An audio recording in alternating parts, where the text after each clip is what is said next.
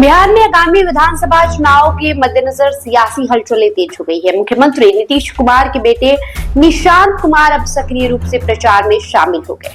निशांत कुमार ने हाल ही में एक शादी समारोह में मीडिया से बात करते हुए राज्य सरकार की पिछले 20 सालों की उपलब्धियों को गिनाया। उन्होंने शिक्षा, स्वास्थ्य, सड़क और रोजगार जैसे क्षेत्रों में सरकार की उपलब्धियों को उजागर किया।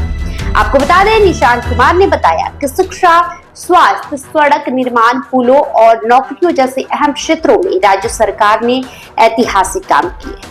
उन्होंने कहा कि 2005 से 2020 तक 8 लाख लोगों को सरकारी नौकरी दी गई, जबकि 2020 के बाद अब तक 9,35,000 लोगों को नौकरी दी जा चुकी है। उनका दावा है कि आने वाले महीनों में ये संख्या 12 लाख तक पहुंच जाएगी। नीतीश के बेटे निशांत ने बताया कि नीतीश सरकार ने 10 लाख रोजगार देने का जो वादा किया था वो न केवल पूरा हुआ है बल्कि उससे कहीं आगे निकल चुका है। उन्होंने कहा कि अब तक 38 लाख लोगों को रोजगार दिया जा चुका है और ये आंकड़ा जल्द ही 50 लाख का पार हो जाएगा। महिलाओं के लिए किए गए कार्यों पर जोर देते हुए निशांत ने कहा कि पंचायतों और नगर निकायों में महिलाओं को आरक्षण दिया गया है, जिससे उनकी राजनीतिक भागीदारी बढ़ी है। इसके साथ ही सरकारी नौकरियों और शैक्षणिक संस्थानों में भी महिलाओं को आरक्षण का लाभ मिल रहा है।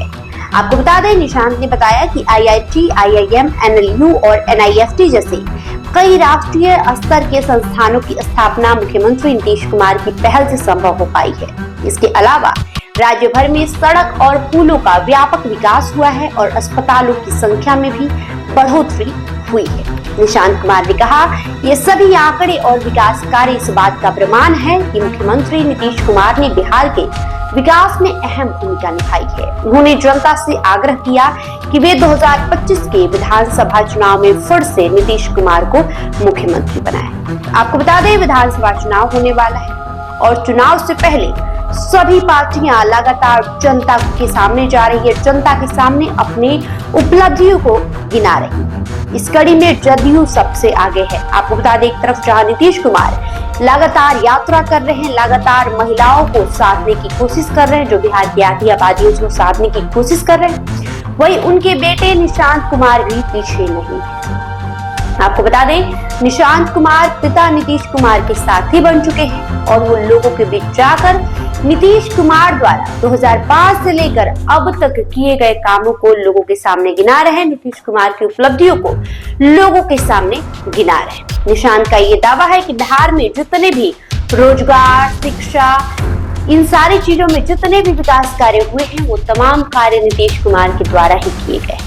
साथ ही साथ निशांत कुमार लोगों से ये अपील कर रहे हैं कि 2025 में जो विधानसभा चुनाव होने वाला है उसमें भी आप लोग NDA सरकार को वोट दें और नीतीश कुमार को मुख्यमंत्री बनाएं। वहीं निशांत कुमार की भी पॉलिटिकल एंट्री को लेकर तकरीबन 1 साल से चर्चा हो रही है कि निशांत जल्द ही सियासी रूप से सक्रिय हो सकते हैं, वो कोई बड़ी भूमिका जदयू में निभा सकते हैं। हालांकि ऐसा अभी तक कुछ हुआ नहीं है, लेकिन निशांत की जो व्यक्तिगत छवि है वो काफी बदली हुई नजर आ रही है।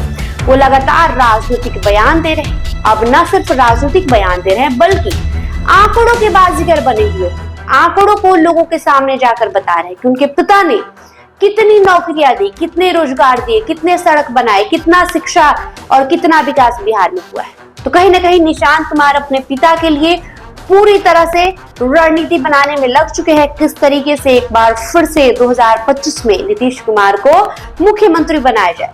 हालांकि लोगों को इसका इंतजार है कि निशांत भी जल्द ही किसी बड़ी जिम्मेदारी को, किसी बड़े पद को जदयू में संभाल सकते हैं, क्योंकि जाहिर तौर पर अगर देखा जाए तो नीतीश कुमार अपने राजनीतिक करियर के अंतिम पड़ाव पर है और जदयू का नीतीश कुमार के बाद क्या होगा ये बड़ा सवाल है।